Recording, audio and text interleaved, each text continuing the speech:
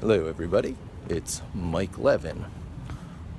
Wednesday, December 7th, 7:30 a.m. 2016. And here I am on my way to work, and is that a sign that I'm actually getting into things? Yeah, so yesterday, not only did I produce 4 videos documenting my work. Now, granted, it's not do this and do that sort of tutorials for SEO, but it is, I am building a system, here is what I'm doing. And that included setting up and using a T2 micro instance, I think they call it. But anyway, it's an Amazon cloud server, one of their lowest level, the second from lowest, that gives you sort of a baseline server that you can do things with. It's a full-fledged server. It just doesn't have a lot of resources allocated to it full-time, but it can occasionally, when the demand is there, burst its capacity to enough to process your work faster. And so that's perfect for the kind of scheduled scripts I'm starting to do. 90% of the time it's just sitting there quietly. 10% of the time it's saying, hey, wake up, do a thing, and go back to sleep. And so I've had this from our DevOps department, who gave it to me like over a month ago. So I've been sitting on this thing because of other work always taking priority. But now, finally, I got around to that piece of work, and I not only did the work, this morning I'll demonstrate how scheduling is working, because I dropped a shell script, a Unix shell script, into cron.hourly to just write out to a log file a timestamp. So, once an hour, 24 hours in a day. So there'll be a text file growing with just a line of timestamps that I'll start the video with this morning.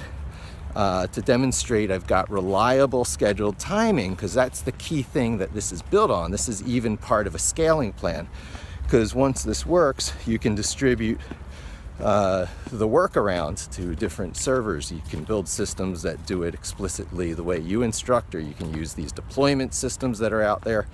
And I'm not sure exactly the full direction I'm going to be going here, but I do know that I need a headless. It doesn't need to have a graphical desktop. I need just a headless cloud server where I can put scripts with at least the default scheduling system and get going right away.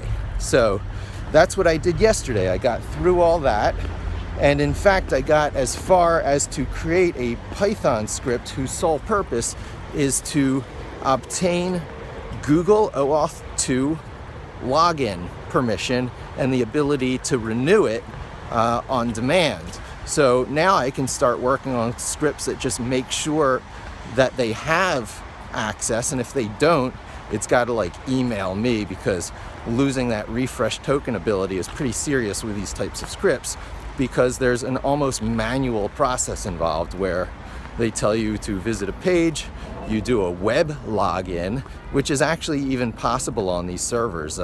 There's a little trick to it with copying and pasting between the terminal's buffer, copy-paste buffer of however you're remote logged into these machines, and your local operating system. So the trick is you use your desktop, because you have a browser. You're always going to have a browser these days.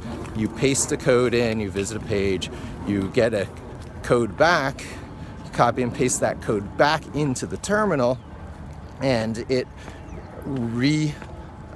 acquires your tokens, all your types of tokens that you need, which are a few different kinds, because one never changes and is a refresh token to get a new current session authentication token, and this takes care of all of that. So taking care of all of that is actually such an important first step. I cannot emphasize enough. Things have changed now that services like Google are saying no to scripts that embed your username and password in the application. They're like, you can't write stuff that accesses our services that way, because you're not going to be able to secure your code. You're going to get hacked, and it's going to make us look bad.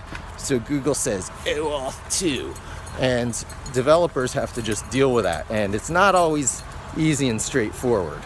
So I made my own package once called goodsheet.py. It's a module that can be imported, and I put it up on GitHub for a while, but then I realized I was manipulating it and cleaning it up so quickly that I didn't want to really have it as separate from my Pipulate project. So I just included it in my Pipulate project and took its standalone repo off of GitHub, which I'm thinking about in the future I'll undo once Goodsheet stabilizes, because it is really, really useful, let me tell you. So what I actually did, which is captured in the videos I did for work, is I copy and pasted my latest and greatest favorite version of Goodsheet out of the Pipulate project and pasted it into Vim through the terminal that I was logged into my Amazon Cloud server in.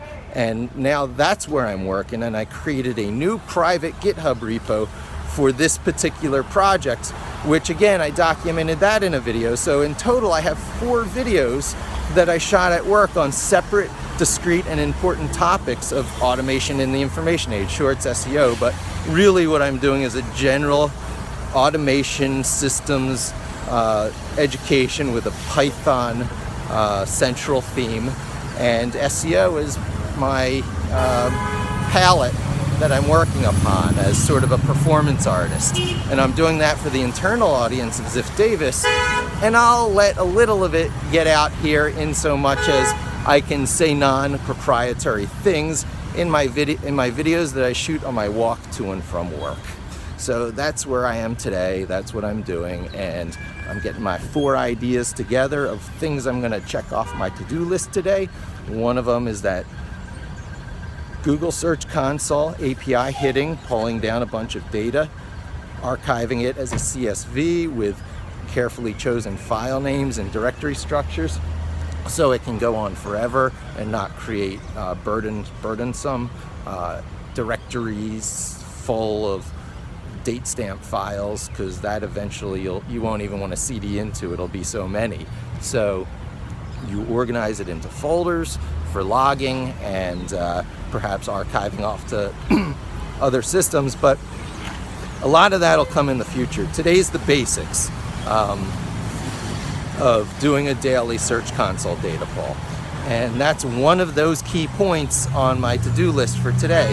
Another to-do list item is taking the data pull from one of those actual properties and using it to produce a deliverable for a meeting tomorrow. So this is just an awesome sort of day that energizes me.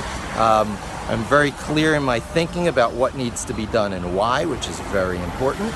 And I've got it halfway thought out, and I haven't even gotten my cup of coffee here at Carry-Ons yet. So thanks for joining me. Hope to talk to you again soon, and don't forget to subscribe.